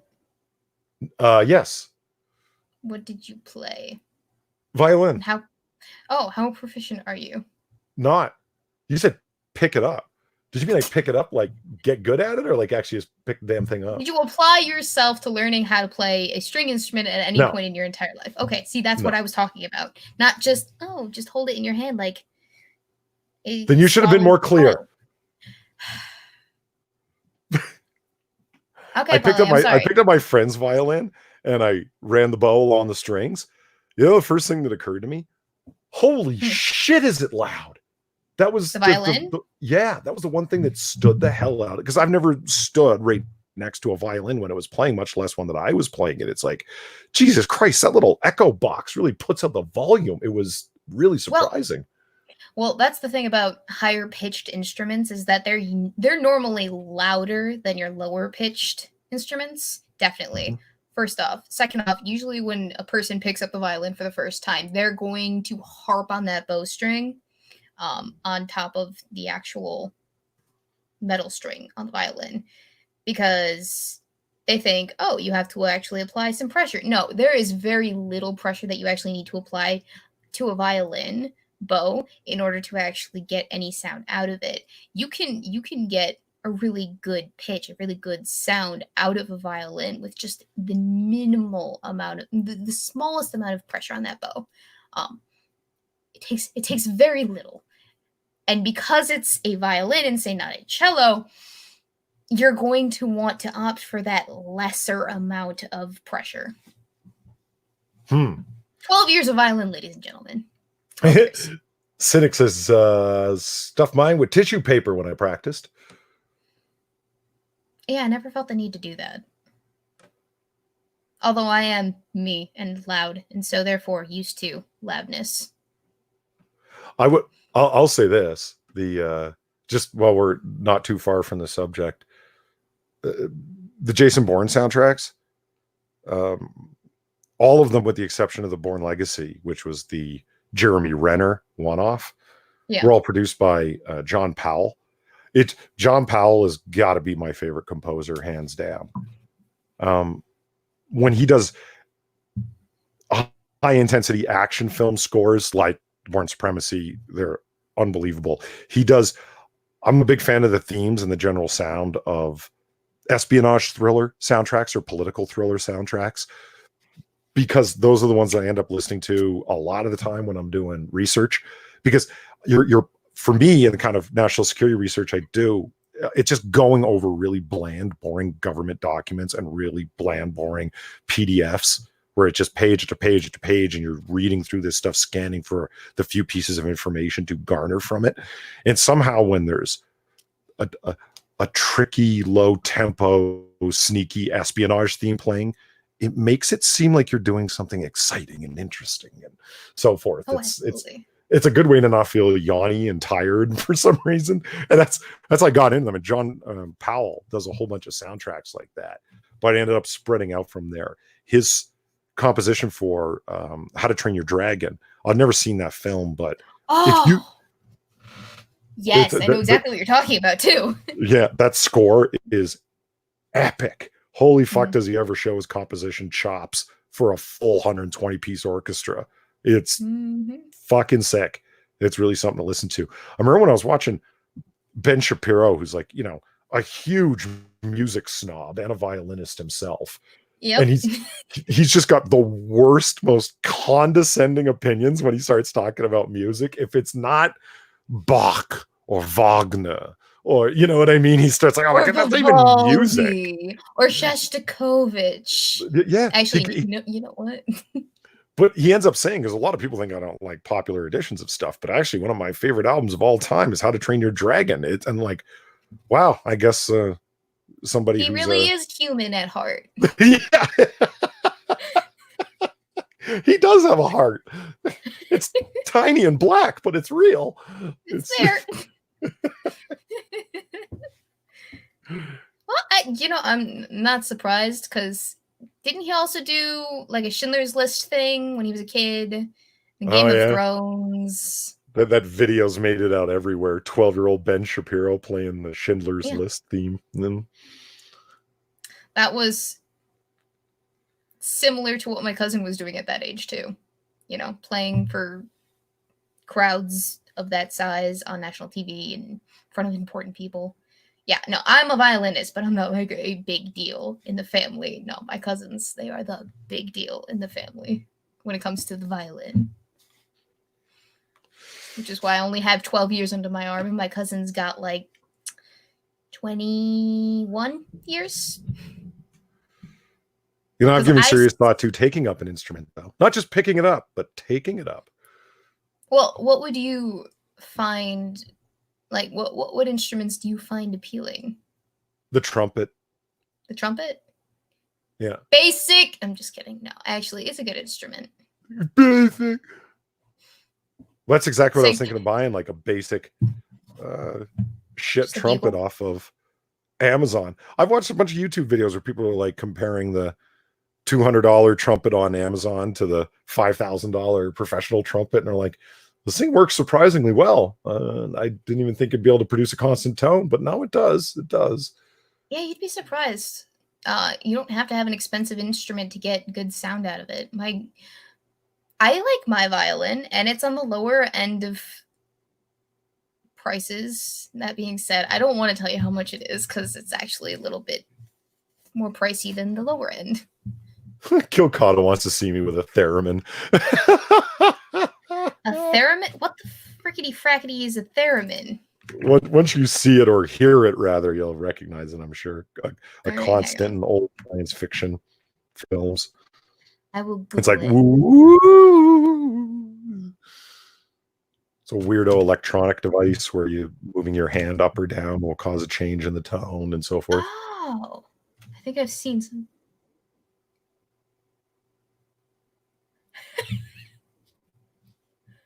I'm listening to Over the Rainbow on the theremin. It sounds like a woman singing, like actually singing. Well, you know what's funny is number one, nowhere just said the Star Trek theme, like the original series Star Trek theme. No, I hear you. It does kind of sound like a theremin, but that's actually a soprano woman singing. By Ocean Redux. No, you're not banned. We still see you. We're just having a lovely conversation about theremins, which I didn't know that was the name of. So you've never played an instrument? Like actually, officially, like... No. Like, I mean... Not even done anything coming back, local? Thinking back to middle schools, I should have taken band class. Yeah, I should have done it. But I probably wouldn't have ended up taking up the trumpet. I probably would have taken up drums at that time, if anything. And I still really like the drums, percussion in general. But oh yeah, no, the trumpet, because I want to play some of the somber bluesy, you know, blues trumpet, fucking awesome stuff. I think the instrument for you, Polly, is not the trumpet. I think it's actually the saxophone. Isn't the saxophone? I mean, isn't that ultra normie? Isn't that the thing that like everybody wants to play? No, Everyone that's ends the up trumpet or the flute. The flute's actually pretty very normie, but it's like a female normie. The trumpet is the male equivalent of the flute in band, as far as I'm aware. That was what it was when I went to high school. I don't know if that's the case now, but yes, all the people that I knew in band were saddled with the clarinet because they wanted to play saxophone. They first had to learn the clarinet. My cousin, not my cousin, my brother learned how to play the clarinet. But that was because he wanted to do band instead of orchestra because he wanted to branch out. And we had a family member who played the clarinet beforehand, and they just passed it on to him as a hand-me-down, which you don't want to do that with band instruments because most of them you put in your mouth. It's a little bit weird. Thank you to Ocean Redux for the donation. Here's a good instrument. Learn to give your girlfriend head. Trust me, you can play the trombone through her if you're good enough. What the fuck? Someone had to say it. Okay. I should read these before I read them, you know? You got me. So we haven't talked about any degeneracy. I was watching the No, we just brought it up. That's what reminded me. Turns of giving your girlfriend. Oh, see, I can't show those pictures because they're educational. Don't you wouldn't be show porn on my channel. Well, that's pretty much what it was. It was a dumping with Scrump, and they had Rose at Dawn as a guest on, and she's a trans woman from the UK, and then Lilith was there, and she's a trans woman, and they're just talking about trans issues in general, and it ended up just being a funny conversation as opposed to like getting at anything in particular. And she started Rose talking about this book called Girl Sex 101. And it was like the worst named book ever because for a book called Girl Sex that she assumed was going to be about lesbians, or, you know, because of the title and because of the way the description on the inside jacket or the back of the cover read, you would think it was, but the whole book's just like dicks, but it is about girls because it's so much endless trans sex. So it's like how to give head to your trans girlfriend who hasn't had bottom surgery. It's like translation, how to suck a dick. Can't you just Google that? Well, there are websites specifically with tutorials for this exact purpose, I'm pretty sure. Well, it had pictures, this book, and it was funny as hell. Here's how you fold the ball sack over the, We are a wholesome YouTube channel. We're not, though. YouTube, please don't take my memberships away. I Right? just got them. Yeah, you didn't stop me when I said degeneracy. Well, I thought you meant we were gonna go in like a less degenerate direction than where you actually took it, because I didn't expect full-on degeneracy. Maybe like ad-lib degeneracy or sparing degeneracy. I don't know. My favorite picture, that because they showed it, because they were all from an educational sex book, and as we talked about last time, or second to last time, there's full frontal nudity on YouTube as long as it comes under a educational veneer. I learned that. Right? I learned that the hard way. The pictures they were showing were like, holy fuck. One of them, my favorite one, was, here are the variety of female body shapes. And it was meant to be extremely inclusive. So, and they were cartoon drawings, if you will, or whatever. Not exactly a cartoon. They weren't crazy, but they were just, simple drawings of the various body types. And there were some 20, I would guess, different women on that one page depicted. You should have seen the range of people. There were so many dicks on that page. More than half of the personages had dicks, but they're all female body types, you see. There was like just a straight up dude. It was just a dude, like with a guy short haircut, no tits. It was taller than the rest, big dick hanging out. Oh, it's a woman's body type. Yeah, sure. Let's go with that. A dog. I'm sorry, what? Yeah, it was just a dog. Like, just like a little cartoon dog sitting there panting with his tongue out. Just a dog. I'm like, that's a woman's body type. Sure. It doesn't get more inclusive than that. The bald guy with a dick but no balls and a peg leg. All inclusive, you say? Yes. All right. Thank you to Race Jacobson, who donated over on the Streamlabs to say, speaking of video game soundtracks, can we appreciate the brilliance of Akira Yamaoka, the mastermind of Silent Hill soundtracks? And speaking of horrors, how have you enjoyed Dark Souls 2? I need more tears from the self. I need more tears from the self-love. I haven't played it yet. Reason being is because I'm still waiting on that motherboard, which got sent back to sender, but we have worked out a different way of getting it to me. So hopefully it should be here by this week. I went ahead and I ordered some thermal paste so that I could easily reapply the processor when it is that it got here and didn't have to wait for any of that. So we shall see. But you know what? This has been an interesting turn of events in terms of how mailing is going to work. I'm going to have to figure out the P.O. box situation once again after all things settle down and the USPS, U.S. Postal System doesn't hopefully die. Because apparently it's going up, but it's lacking in funding or something, Polly. Is that what I heard? Do you know anything about this? I hadn't heard that. Is that true? I don't know. I was hearing something about the Postal Service having issues, but I wasn't sure. Something about lacking in funding. I heard something about it. I heard they were having problems, and as a result, I got gypped out of a package.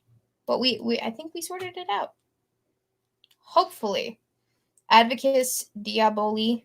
Yes, the USPS is failing quickly. Yep. I don't know why you needed to bring the gypsies into it. What they do to you? What do you mean? Oh, because I said gypped. Yes. It's a phrase that is used, and you're just being silly.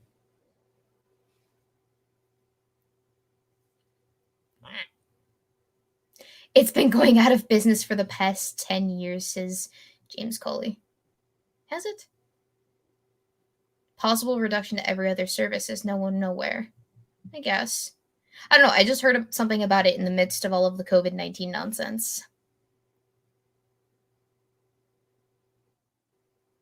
Oh, yes. So how about them Silent Hill soundtracks? I haven't listened to them, so I don't know. Polly, you? Say that again? Silent Hill soundtracks? No. I mean, I've heard people talk about them a lot, but I haven't listened to them myself. Maybe we could listen to them later. I don't know. Oh, speaking of things that we don't do live on the air, you want to talk about Cats a little bit? Or no? Yeah. You do? Are you sure? Yeah, I'm fine talking about Cats if you'd like to. Well, because we watched it together and it's been a week, and I know we talked a little bit about it, I think, in the post-show hangout of Norbar when I was on. By the way, guys, go check that out. Polly, show yourself. Watch Norbar. Watch my shit. Do it. But we talked a little bit about it in the post-show hangout, and I am still making a review. Are you still working on it? Yeah, I'm still working on it. It's a process. All right, Polly, it's a process. No, I believe it. It's fine. There's a whole bunch of shenanigans, and I have to actually go through and rewatch certain things too, which is a pain in my ass because that means I have to torture myself a little bit more. But just like to kind of give a spoiler of that in terms of what it is that we liked and disliked about it or whatever. The night in question was last week. I think, was it Monday? Was it? Because it wasn't Sunday. It was Monday, I'm pretty sure. Yeah, it was Monday. We watched Cats in the Discord, which is linked in the description, with a bunch of other people. And as horrible of a movie as it was, I actually had a pretty good time watching it with y'all.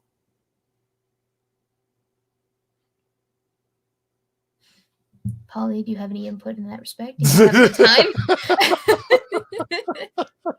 I did have a fun time. I'm glad I watched it with people as opposed to watching it alone. I probably wouldn't have made it through to the end.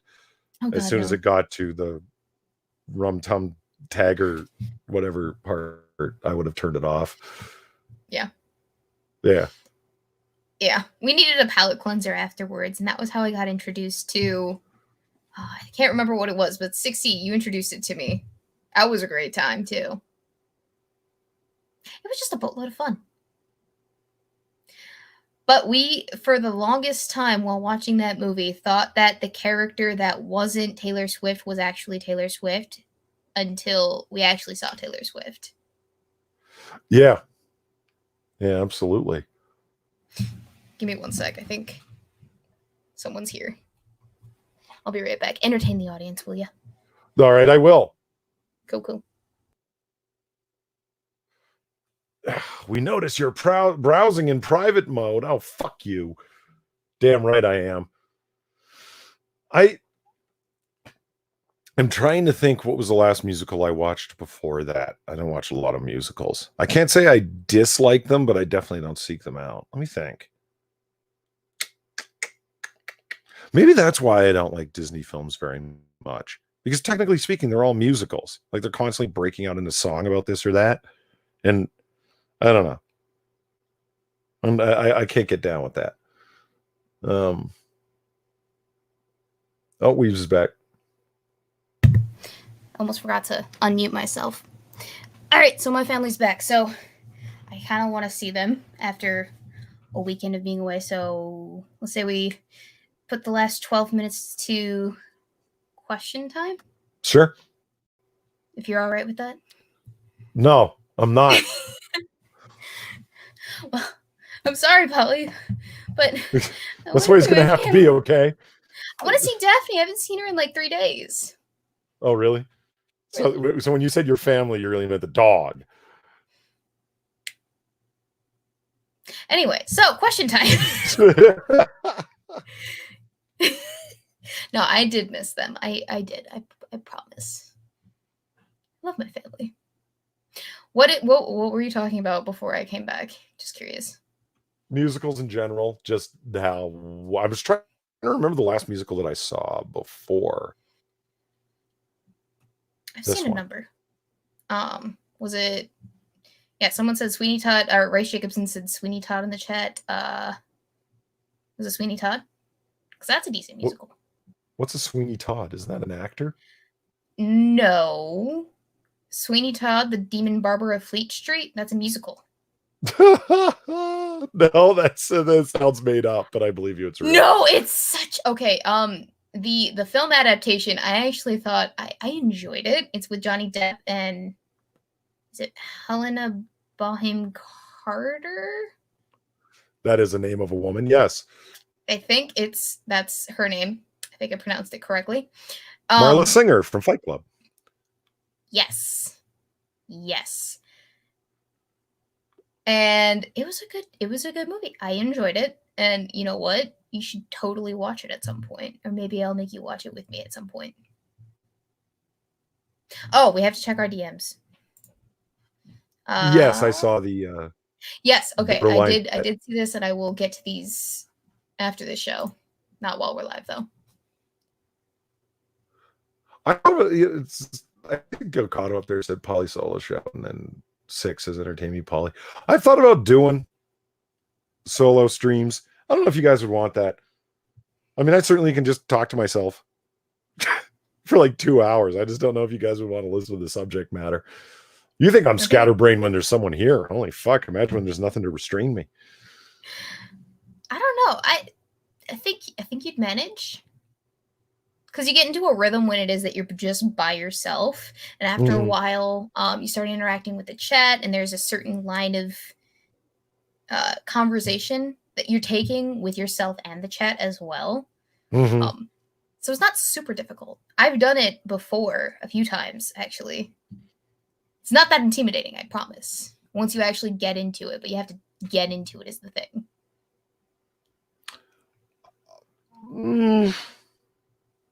Like I said, I've thought about doing it. I don't know. I'll tell you what did happen is I made some adjustments to my mic because I wanted some more mid-range and mid-high range, and because I thought my mic sounded really muffled. So I went back and listened to the last Noir Bar that we did, just to check what the microphone quality sounded like after the fact. And it wasn't the microphone quality that stood out to me. You know what did stand out to me? I should see if I can talk a little faster. I don't think I'm talking quickly enough. I'm being sarcastic. So you talk too quickly then? A little bit. Sound like a fucking ferret who drank too much espresso and did a fucking whole pile of blow. I didn't know ferrets could drink espresso and do blow.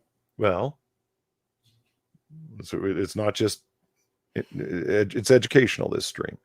No, but it's like, goddamn, like I did have a pot of coffee, a French press full of coffee that I was drinking while I was on that stream, and I was also drinking liquor. And it's like, oh man, I was so over caffeinated on that stream. And I constantly was talking over you two. I listened for like 15 minutes and I'm like, this is so cringy. I can't listen to this anymore. But I thought you already had a problem with listening to yourself just in general, though. I do. Yeah. And that made it even worse. About that to me. Okay. And it's still true. I do not like editing videos at all because I have to listen to myself. I'm not a fan of my own voice. A lot of people are that way, though. It's weird. It's irksome to hear your own voice reflected back at you. I guess some people either get used to it or never had a problem with it to begin with. But I've seen actors say that they can't watch themselves. It's like, did you go to this premiere? And it's like, no. Why? I can't stand to watch myself on screen. And it's I absolutely understood that when I saw an actor saying that.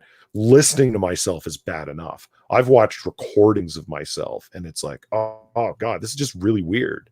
To be watching yourself, that's something about it just trips me out. Yeah, I've never had that problem. Not that I love the sound of my own voice or love myself so much that I don't mind watching myself for hours and hours, but it doesn't bother me. Low key, I look back at videos of myself from years and years ago and I'm like, I remember that fondly. That was a good time. Ahaha, I'm so funny. Like that. Jesus, you're not self-involved much? Well, no. What I'm talking about is like, I'm so funny as in, oh gosh, so cringy, but still adorable. I'm talking about like 5-year-old Weebo, right? Because my family has always been the documentarian type. So I have a lot of footage of myself from when I was young. Lots of pictures. Lots of things. I have an entire photo album of the first 2 years of my life that my grandmother put together of me. And then gave to me on my 18th birthday when I graduated high school. And she did that for all 5 of her grandchildren. Damn. So Yeah, my family's all about the pictures and the being able to look back on things, so it's never bothered me. But maybe I'm just exposed. I'm exposed. I've been exposed. So we said question time, right? So Polly, did you see the Sonic movie? I did not. Yeah, I was waiting for you to get to the end of your self-congratulation there. I'm just bugging you, Weebo. But no, I did not see the Sonic movie. I was never a fan of the game, and I know Jacob is still here. He's going to be like, oh, I didn't dislike it exactly. I just didn't feel like, oh, this is the greatest thing ever. And I never watched any of the Sonic cartoons or anything. So I find the Sonic fandom to be weird. And I mean, talk like, I mean, if you're like a legitimate Sonic fan, I feel bad for you. Like, I enjoy the cartoons and I really like the games, and I'm looking forward to the next game that's coming out. And that unfortunately puts you in the same fandom with like pregnancy and inflation porn vor fanatics. Oh God, I hope you weren't gonna bring them up, because now I'm having war flashbacks too. War flashbacks. Like, I was never into the games, but I've heard and seen things that no one should ever have to hear and see ever. Like, I've been on the internet. You've been on the internet long enough. You come across a few things. Yeah. Several few things. That's the war flashbacks of which I speak. Oh, Lion Patriot asks, what was the first dad joke? And I feel so bad because he asked this in Streamlabs before, and I neglected to answer it because we got sidetracked. But what was the first dad joke? I don't have an answer for this, but Polly, do you? No, but I have a feeling the answer is a dad joke.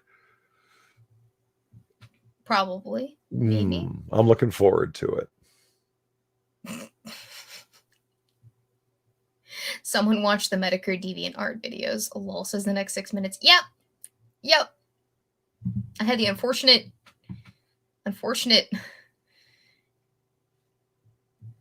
I made the unfortunate decision to watch those ones. Well, that's the thing, though. I mean, it's one thing for somebody to make a video highlighting them, but if you had ever been to DeviantArt before or after, it just keeps happening. You can't help but notice it. Yeah. It's like, what is with all of the recolors of Sonic and all of the Sonic characters and such the Hedgehog, everyone's original characters, and it's just DeviantArt is just absolutely full of Sonic material. It's weird and difficult to explain and understand. I don't get it, but then I'm not super into that aspect of the online world. And then there are those people who don't understand why it is that we make videos and that we do the stream stuff, or watch videos the way that we do. Like, there's always a niche for somebody, though, right? Yeah. NPR scum, I might add. You're what? What? NPR. What? NPR? Yeah. Why? They're scum. Just cuz? Well, I'm just going through articles in and around this shooting in Nova Scotia. And it's like, of course you ended your article this way, summarizing it, all of it from an hour ago. In Canada, which has tighter gun ownership restrictions than the US, mass shootings are relatively uncommon. It's not a competition, all right? No, okay, it's not a competition, and you goddamn well knew what you were doing when you wrote that, Emma Bowman. You goddamn well knew what you were doing when you did that. You're a coward journalist who is clearly a fan of gun control because of the way you wrote that. You couldn't be more transparent or cowardly the way that you just fucking did that. You want to say Canada has less mass shootings because they have tighter gun restrictions. You don't know that. You can't prove that. Canada has lower gun violence overall because they also have lower population density and a whole bunch of things going on. Switzerland has massive gun ownership, less gun restrictions than the United States in lots of situations, yet they don't have a mass shooting problem either. So what the fuck are you fucking talking about? You cannot connect the amount of fucking gun ownership, the amount of gun restrictions that are within the legal system of the country, and the amount of mass shootings that they have. That was an ideological statement that you were unwilling to just state clearly. In Canada, which has tighter gun ownership restrictions than the US, as an aside that isn't really connected with what I'm saying here, mass shootings are relatively uncommon. You intimated it directly, but didn't have the fucking nerve to say it because you knew that you wouldn't be able to back it up. So you just directly indicated it instead. You fucking coward. And on that note, we're at time. Oh, Polly, I love your rants. And yeah, I hope someone does. I'm wrong. No, you're not wrong. And I 100% agree with the sentiment that you just expressed. Although I have to say, it took me a little bit off guard because I didn't see it coming because you just brought up NPR and I'm like, what about it? I thought it was question. Oh, I see. I'll shut up now. I'm getting better at this. That's not reporting. This is like, this is journalism. Canada, which, by the way, has this thing I totally agree with, and I can't prove does anything, but ideologically, I totally like to see it here, comma, bad thing. Like, oh, you fucking miserable coward. Just sneak that little posturing in there, why don't you? That's what I mean. It's why don't you bring up the fucking? It's almost like these people lack all principles or something. It's almost like journalism has become completely about making points of convenience. Oh, why don't we look to Sweden?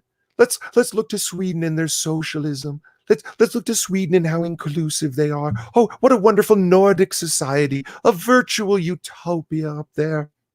Oh, they just welcome in everybody, all the refugees. And then all of a sudden, out of nowhere, COVID, the stance that Sweden has taken on COVID with not forcing everyone to be locked up in their homes is terrible. It's awful. I'm like, wait a minute, I thought that was your Nordic utopia. Oh, well, except in this case, we're going to totally do an about face. Okay. Well, let's talk about capitalism. Oh, well, let's look back to Sweden, land of cotton and honey. I get it. It's okay. Every time I like just deep breaths. Inhala, exhala. Inhala, exhala. Deep breaths. All right, Polly. We are yes. overtime. Are you ready to say goodbye to the people? Excuse me. Are you okay? Yeah, speaking of COVID. Sweden is not the rape capital of Europe. That's just totally a situation that happened statistically when they changed how they categorize certain crimes. It's got not directly correlatable to their massive influx of immigrants. It's fine. It's fine. Polly. And every news entertainment outlet just leaped to the chance to defend them on that. You're racist. Polly. Polly. Yes. Say goodnight, Polly. Have a good night, everyone. Okay. Wait, no, we have to do the sign off thing. That was you said say goodnight. What? Fuck, I thought we were done. No, well, we still have to do the sign off. Like, all right, guys, shoot. Thank you so much for joining us. All right, guys, thank you so much for joining us. Thank you to all who donated, to both myself and Polly. You guys make this show happen. We are so grateful for all of your support. Thank you to those who liked, commented, shared, subscribed to both myself and Polly, and joined the Discord, linked in the description down below. You guys should check out all of that stuff, my stuff and Polly's stuff. Definitely check it out. We'll have more content for you throughout the rest of the week, and we'll see you back here. Same time, same place, same face, same otter. Polly, do you have anything you want to chill? No. All right. go to my channel, check it out, subscribe. It's cool. Awesome stuff happens there, and cool people show up. It's great. I'm sorry I shut down your rant. It's good you did. I wanted to make my point, and I feel that I had. Good. All right. Goodbye, everybody. Now you can say goodnight, Polly. Have a good night, everyone. Bye.